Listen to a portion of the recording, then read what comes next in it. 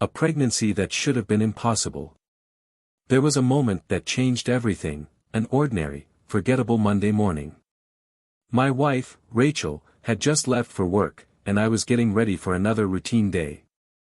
But something stopped me as I picked up her empty coffee mug to put it in the sink. She'd left a crumpled receipt on the counter, half hidden under a napkin. A quick glance, and I saw it was from the little cafe down the street, one we used to go to all the time. I smiled, remembering lazy weekends together, but then something caught my eye: 2 coffees, 2 slices of cheesecake, and a time stamp that didn't match Rachel's usual schedule. At first, it seemed harmless, people go out for coffee. But as I studied it, a chill settled in. She'd never mentioned going to the cafe that day, and Rachel wasn't one to keep things like this secret. It was the start of a nagging feeling I couldn't shake, a sense that something was wrong. The kind of feeling you ignore, even laugh off, until it keeps creeping up until it's all you can think about. I brushed it off, reminding myself that we all have our moments. But as the days passed, I started seeing things I'd never noticed before. Rachel's phone, always glued to her hand, seemed to buzz a little more often. She started coming home later, saying she'd been held up at work. When I tried to ask if everything was all right, she'd just laugh it off, telling me I was being paranoid. And that's when I knew I had to dig a little deeper. The doubt was a quiet whisper at first, easy to ignore, but it grew louder every day. I started watching Rachel more closely than I ever thought I would need to. There was a shift in her behavior, tiny things, but things you notice when you've been with someone for years. She'd always been open with her phone, leaving it around the house or on the table when we'd have dinner. Now, it was always face down, or tucked away in her bag, and she'd flinch if it vibrated, grabbing it before I could even glance over. One night, as she was getting ready to head out for what she called girls' night, I suggested we spend the night together instead. She paused, just a second too long, before laughing it off. "Come on, babe," she said. "You're being silly. It's just girls' night." But her laugh felt forced, her eyes not quite meeting mine. Then, early the next morning, I noticed Rachel had left her work tablet on the kitchen counter, a device she usually took everywhere. It wasn't her personal phone, but still, I knew it might have messages or details she thought I'd never see. I told myself I was just looking for something innocent, something to reassure me that I was overreacting. I wasn't looking to uncover secrets, only to quiet my own mind. But when I opened her messages, my stomach dropped. The messages on Rachel's tablet were mostly work-related, but as I scrolled further, I found a recent conversation thread labeled only with a single emoji, a coffee cup. No name, no initials, just that small, innocent icon. My chest tightened as I opened the thread, already feeling a sense of betrayal before I even read the words. The first messages were casual, almost too polite, like two people just getting to know each other. But as I scrolled, they grew more personal, each reply holding a hint of familiarity that made my skin crawl. "Can't wait to see you again, smiling face with smiling eyes," one of the recent messages read, with Rachel's reply coming in almost immediately, "Me too. I'll bring dessert," winking face. I could feel my heart pounding in my chest. Dessert? I tried to tell myself it meant nothing, that maybe she was just meeting a friend for coffee, but the tone was too friendly, too familiar. As I read on, there was another message, one that landed like a punch to my gut. "Meet you at the usual spot tomorrow night. I'll save our table." The usual spot. I knew exactly where that was, our cafe. The cafe we'd been going to together for years, a place filled with memories of early dates, late-night talks, and stolen glances. And now, she had a usual spot there with someone else. The weight of the messages settled heavily, sinking in with a kind of finality I wasn't prepared for. I felt sick, standing there in my own kitchen, clutching the evidence of something I'd barely allowed myself to imagine. My mind raced, trying to piece together what I'd just uncovered. I knew what I had to do. I had to see it with my own eyes. The next evening, I left work early, told Rachel I had a late meeting, and made my way to the cafe. My heart pounded as I took a seat at the back, carefully hidden behind a display case. I didn't know if she'd even show up, or if I was just being paranoid. But then, almost as if on cue, I saw her walk in. And she wasn't alone.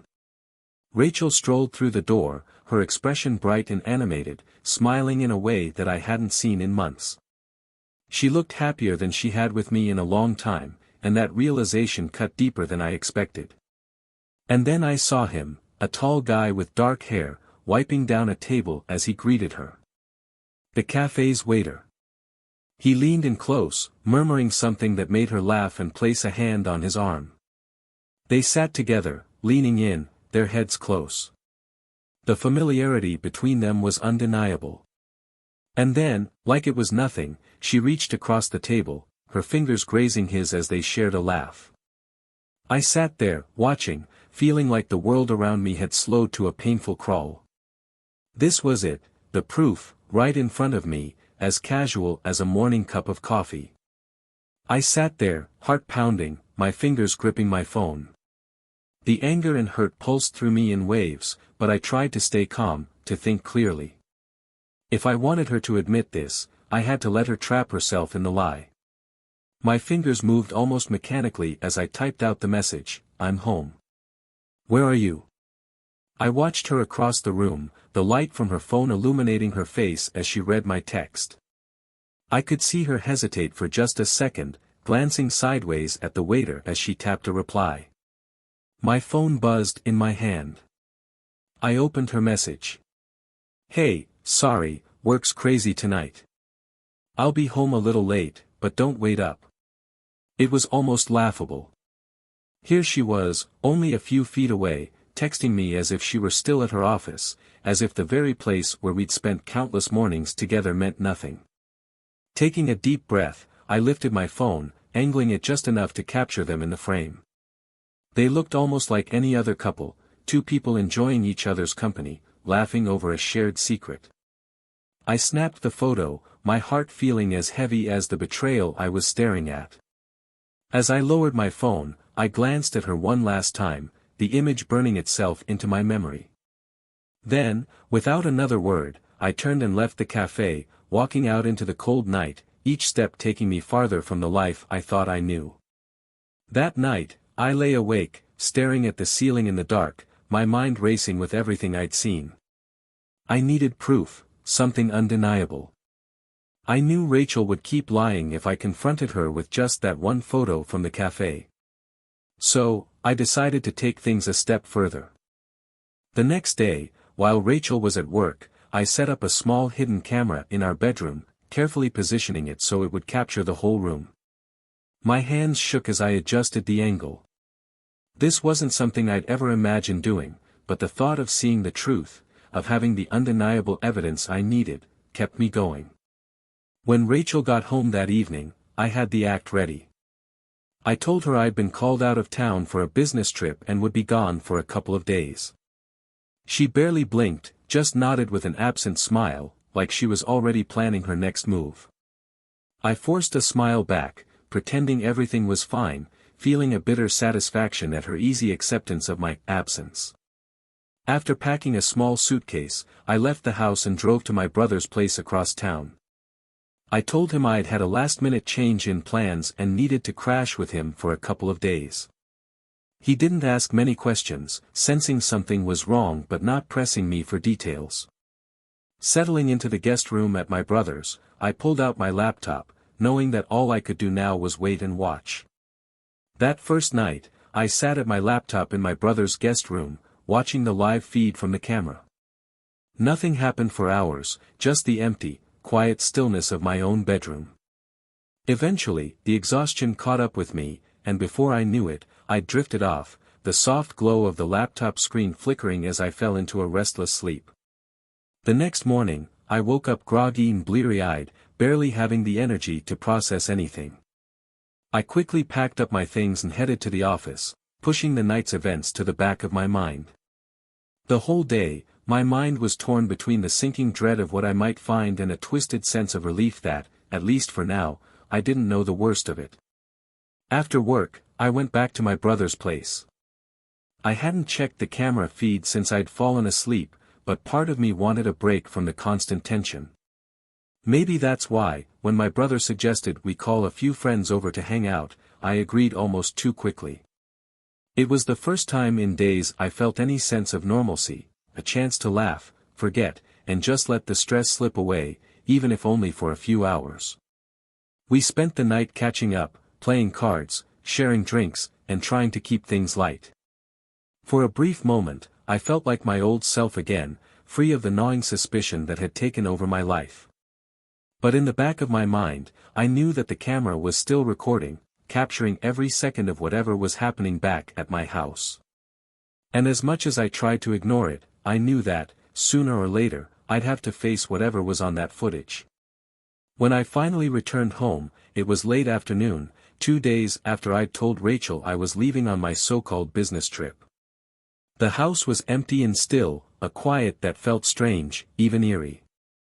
I dropped my bag at the door and called out her name, almost as a reflex, but there was no answer. She wasn't home. I stood there for a moment, letting the silence settle around me, feeling the tension ease slightly. Maybe I'd been overreacting. Maybe everything I'd suspected was just some awful mistake. As I made my way upstairs, my thoughts drifted back to the last 2 days.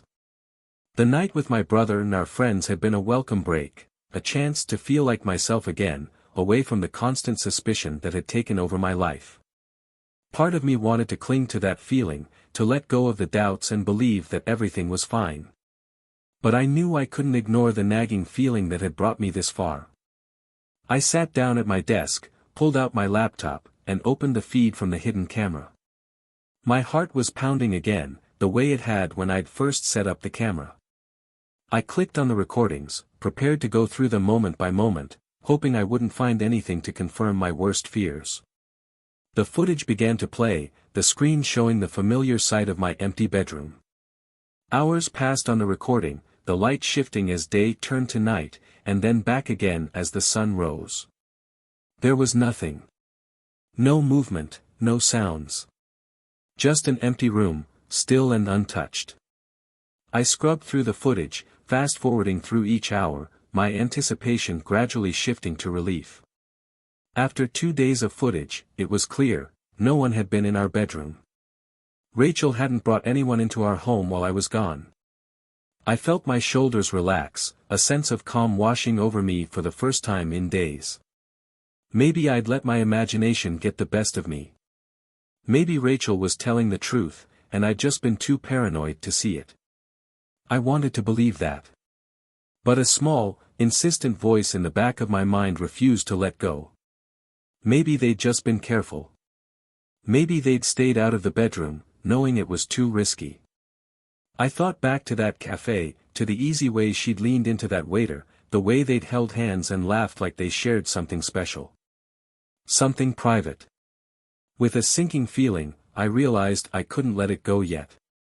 If she'd been sneaking around with him, it didn't mean she'd bring him into our bedroom, but it didn't mean she wouldn't either. I checked the feed again, scrolling through other rooms. Our bedroom was the only place I'd set up a camera, assuming that if anything happened, it would be there. But now I felt a renewed determination to keep looking, to gather more evidence if I could. I closed my laptop, feeling that same mixture of relief and dread that had been following me for days.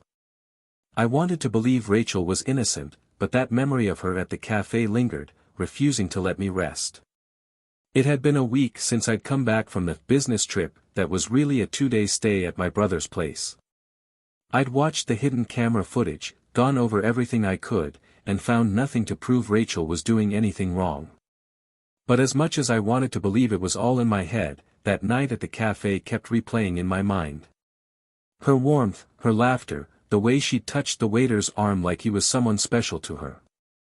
I couldn't let it go. A few days later, an opportunity came up to be out of the house again. This time, I told Rachel that one of my closest friends was getting married soon and we were throwing him a bachelor party out of town. Just a single night, enough time to put my plan into motion again. I half expected her to be indifferent, maybe even annoyed, but the look on her face surprised me. Rachel's eyes lit up, and a smile spread across her face. She looked genuinely happy, maybe even a little too happy. "That sounds awesome, babe," she said, almost a little too cheerfully. "You guys deserve a fun night. You've been working so hard." I forced a smile, keeping my expression light and carefree, as if her enthusiasm didn't bother me. "Yeah, I think we all need to blow off a little steam," I said, shrugging like it was nothing.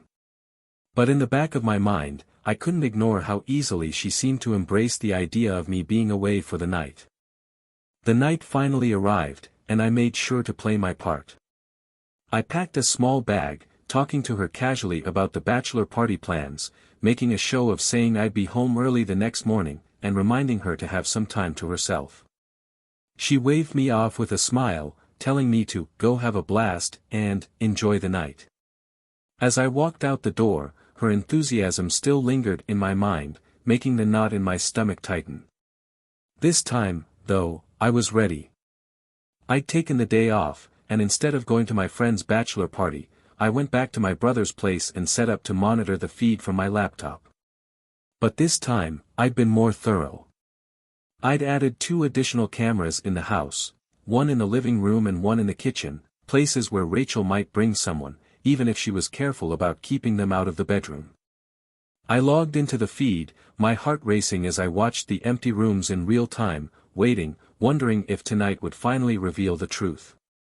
A few hours passed without anything unusual. Then, just after 9:30, Rachel came home. She moved around the living room, scrolling through her phone, occasionally glancing at the clock. The waiting was almost unbearable. Then, just before midnight, there was a knock on the door.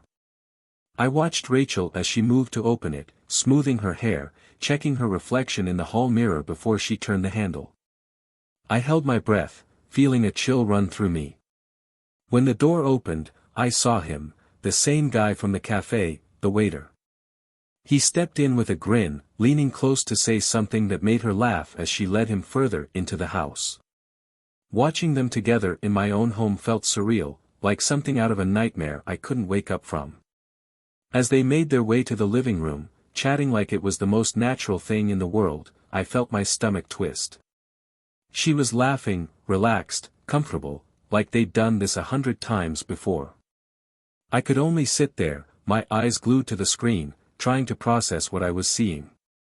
The next morning, I walked through the door, my bag slung over my shoulder, my expression carefully neutral. I felt like I was stepping onto a stage, needing to play my part perfectly. My mind was still reeling from what I'd seen on the camera, but I knew I couldn't let any of it show. Not yet. Rachel was in the kitchen when I walked in, humming to herself as she poured coffee, a smile on her face that seemed a little too bright. She turned when she heard me and shot me a playful look. "Well, look who's home," she said, setting down her cup and crossing her arms. "Tell me the truth, were you actually at a bachelor party last night? You don't look hungover at all," she teased, her eyes sparkling with amusement. I forced a chuckle, shrugging as I set down my bag. "Well, let's just say I took it easy," I replied, keeping my tone light. "Someone had to stay sober enough to drive home this morning." She laughed, nodding in approval. "Smart move," she said. "Coffee's on if you want some," she added, turning back to the counter, happily stirring her mug. "Thanks," I replied, moving past her, pretending to go about my morning as if nothing had changed. But every part of me felt tense, like I was waiting for the wrong word to slip and give me away. I poured myself a cup, making a point to avoid eye contact, as though I was just tired from the night before. After a few minutes, I excused myself, heading down the hall to my office. This room had always been my sanctuary, a small space where I could work in peace, away from the noise and chaos of the outside world. But today, it felt different. Today, it felt like the only place I could hide. I closed the door, set down my coffee, and slumped into the chair, my mind racing. I kept replaying everything I'd seen last night, feeling each moment more vividly than the last. The way she'd welcomed him into our home, the way she'd laughed with him, touched him, like it was the most natural thing in the world. Sitting there, alone in my office, I realized that the relief I'd felt before, the hope that I'd been wrong, had been nothing but a brief illusion. I had seen the truth with my own eyes, and there was no denying it now. The weight of it settled over me, pressing down with a heaviness I could barely carry.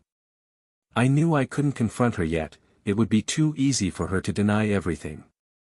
I needed to stay calm, keep gathering evidence, and wait until I had everything I needed to confront her without leaving her any way out. So I took a deep breath, steadied myself, and prepared for the days ahead, determined to keep up the charade for just a little longer. The next morning, I sat in my office, surrounded by evidence, photos, videos, and even the recordings I'd made over the past few weeks. Each file was like a weight, a reminder of the betrayal that had unfolded right in front of me. My mind was numb, almost detached, as I organized everything carefully, methodically. Every image and video had to be perfect. I wanted to make sure there were no loose ends, nothing that could leave her any room to twist or deny the truth. Once I had it all in order, I packaged up the evidence and drafted a short letter to my lawyer, outlining everything. I kept it factual, brief, void of the emotions that were threatening to break through. There would be time to feel all of that later. Right now, I needed to stay focused. My lawyer, Tom, had been a friend and advisor for years. I knew he'd handle things with the utmost discretion, and I trusted him to make sure every detail was covered. We had a prenuptial agreement, one that was designed to protect what I'd built before I'd met Rachel.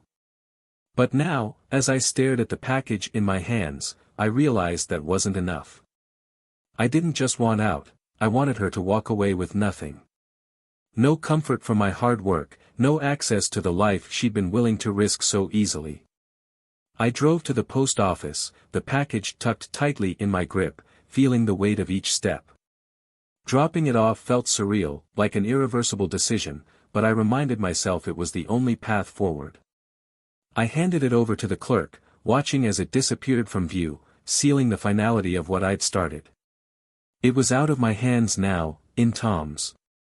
Later that day, I called Tom from my office, keeping my voice steady as I laid everything out. "Tom," I said, keeping my tone controlled, "I sent over a package this morning. I want you to start the divorce proceedings. There's plenty of evidence, photos, videos, everything you need to build a solid case. And there's one more thing. I want to make sure Rachel walks away with nothing. Use the prenuptial agreement, leverage every clause. I don't care what it takes, I want her to feel the full weight of what she's done." Tom listened without interrupting, then spoke with the quiet confidence I'd always trusted. "Understood. We'll go over everything, and I'll make sure we have a solid case before we even approach her. I'll keep you updated on every step." After I hung up, a sense of calm settled over me, a cold resolve I hadn't felt in weeks. It was as though a weight had been lifted, but a quiet storm was brewing just beneath the surface. Rachel didn't know it yet, but everything she'd taken for granted was slipping away. This was only the beginning.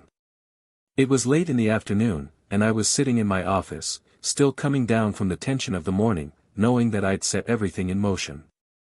The package was on its way to Tom, and for the first time in weeks, I felt like I was one step closer to regaining control of my life. But then I heard the soft knock at my office door, and before I could respond, Rachel stepped in. She looked different, nervous, yet excited, her eyes wide with something I couldn't read. My heart immediately started to race, and I felt a surge of adrenaline, wondering if she somehow already knew. But I forced myself to stay calm, to play my part. "Hey," she said, her voice soft, almost hesitant. "Do you have a minute? There's something I need to tell you." I nodded, gesturing for her to sit, though she chose to remain standing, her hands fidgeting.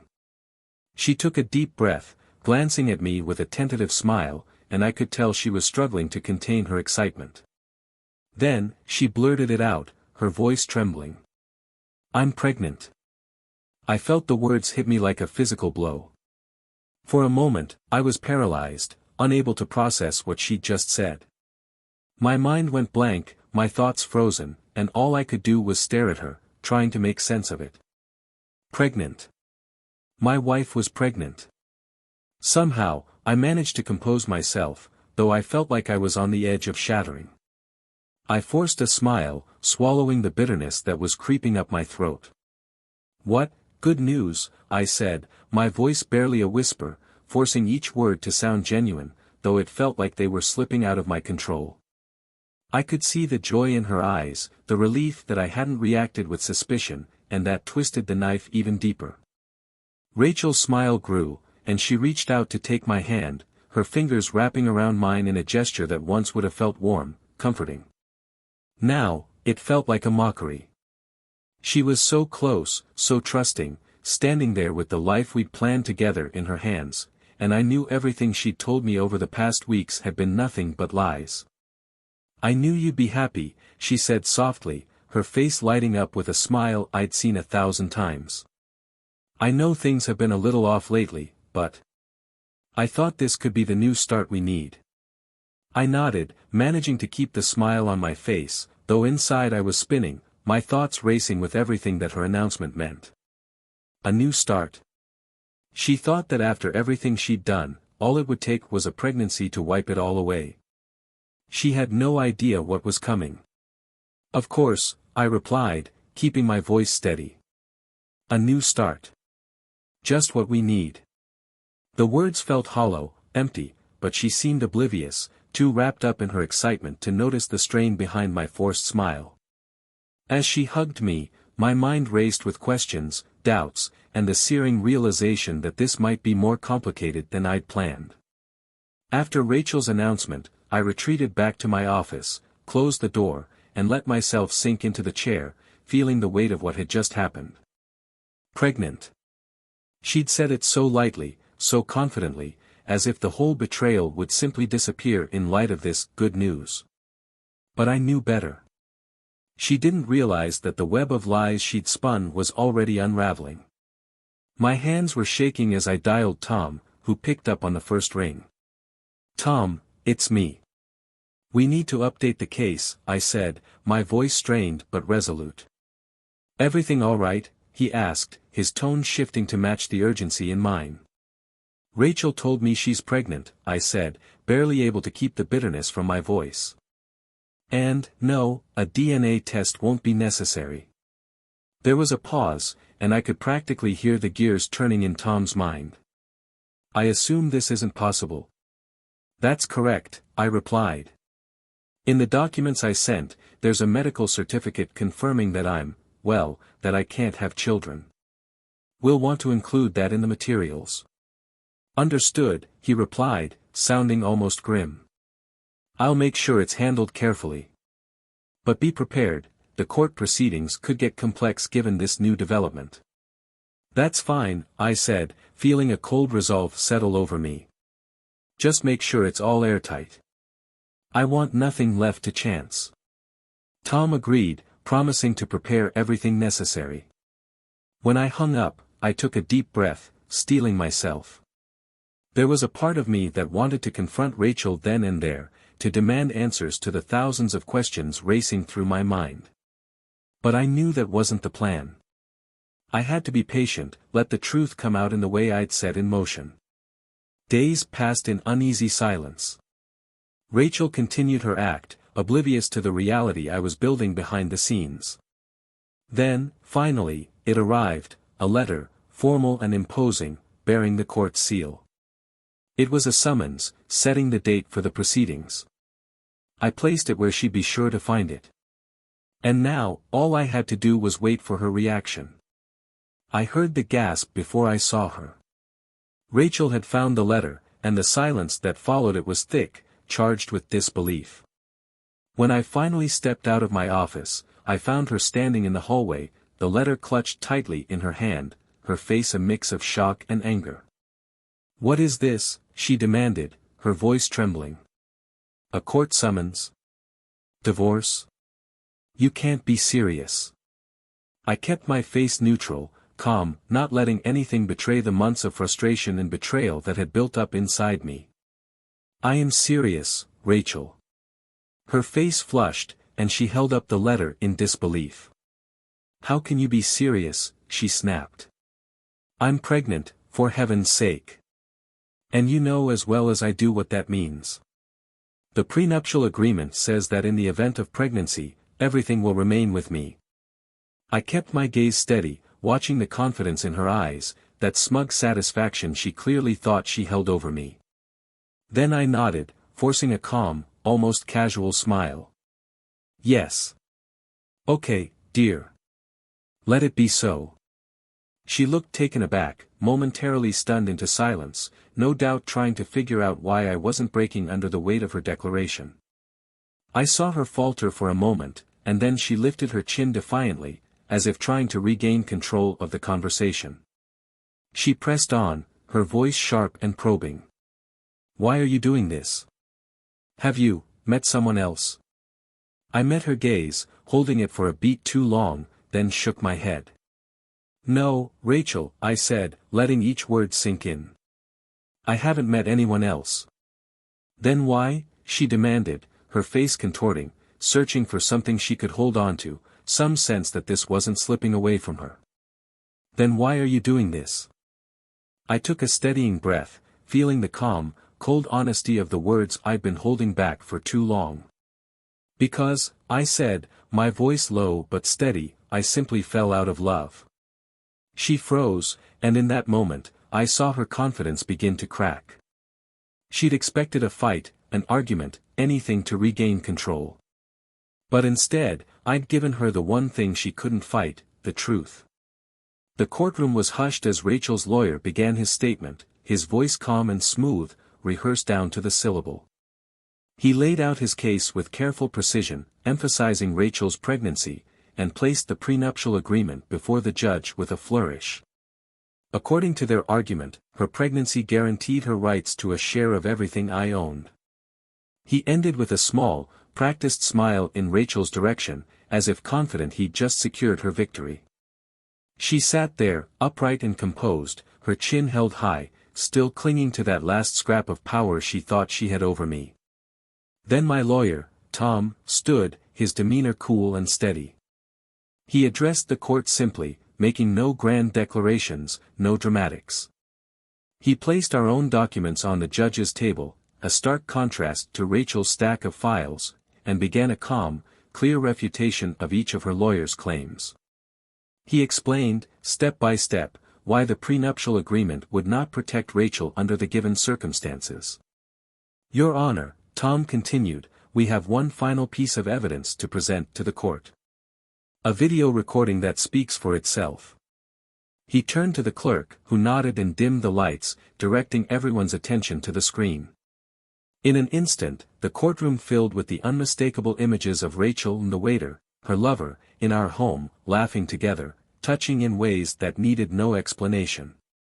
There it was, the truth I'd uncovered in that moment of heartbreak, and now, it was out in the open for everyone to see. As the video played, I glanced at Rachel. Her face had lost its color, her head dropping slowly, her confidence draining with every second of footage. The smug look was gone, replaced by something else, a mixture of shame and disbelief as she finally realized the depth of her betrayal was exposed for everyone to see. Silence fell as the video ended. Not a sound, not a single murmur. Every gaze was fixed on her, and for the first time, I saw her stripped of all pretense. She lowered her head, her eyes fixed on the table in front of her, too ashamed to meet anyone's eyes. The judge finally broke the silence, his voice echoing through the room.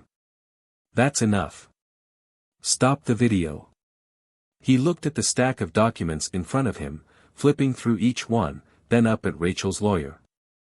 "I believe we've seen sufficient evidence to understand the context of this case." He turned his gaze toward Rachel, her head still bowed. "If there is nothing further, I will retire now to deliberate on my verdict." With that, he stood, signaling for the court to rise as he exited. We were left in a tense silence, the weight of the proceedings heavy in the air. Rachel stayed motionless, her face pale, her carefully constructed world finally slipping away, one undeniable truth at a time. The silence was almost unbearable as we all stood, watching the judge re-enter the courtroom. His expression was unreadable, his gaze sweeping across the room before he took his seat. We sat down, the air thick with tension. I kept my eyes forward, feeling the gravity of the moment, knowing that everything was about to be settled. The judge cleared his throat, looking first at Rachel, who was pale, visibly shaken, and avoiding everyone's gaze. He spoke with measured, unflinching authority. "After reviewing all presented evidence and arguments, I have reached a decision," he said, his voice carrying a finality that sent a chill through the room. "There will be no postponement of this trial. The evidence is clear." Rachel's lawyer shifted uncomfortably, glancing down as the judge continued. "Based on the medical documents submitted, it has been conclusively established that Mr. Anderson cannot father children. The prenuptial agreement states that, in the event of infidelity, all rights and entitlements granted within the marriage are forfeited." The judge's eyes settled on Rachel, who looked up, her face a mix of shock, anger, and desperation. "Mrs. Anderson," he said, his tone neither unkind nor forgiving, "the evidence of infidelity is irrefutable, as are the documents proving your husband's infertility. I find no legal grounds upon which your claim to shared assets can stand." Rachel's face twisted as the judge read the words, a mixture of tears and anger welling up as she realized the full extent of what was happening. Her hands shook, clenching the edge of the table as if holding on to a last shred of hope that was slipping from her grasp. "In light of the evidence and the stipulations of the prenuptial agreement, this court rules in favor of Mr. Anderson," the judge declared, his voice firm. "The divorce is hereby granted. All shared assets will remain with Mr. Anderson, and Mrs. Anderson's financial claims are dismissed." I felt a weight lift from my shoulders, a sense of closure settling over me that I hadn't anticipated. But next to me, Rachel's world had shattered. She sat there, frozen, processing what had just been taken from her. Her entire plan had crumbled, her future transformed in an instant. Finally, she stood, her face streaked with tears and a fire of indignation in her eyes. She shot a look in my direction, a mixture of shock, fury, and the dawning realization that she was leaving with nothing. Her anger bubbled over, but before she could say a word, the judge dismissed the court. With one last tear-filled glare, she turned and walked out of the room, her head low, her steps heavy, burdened by the weight of her own betrayal. She was leaving alone, pregnant, and stripped of everything she tried to take.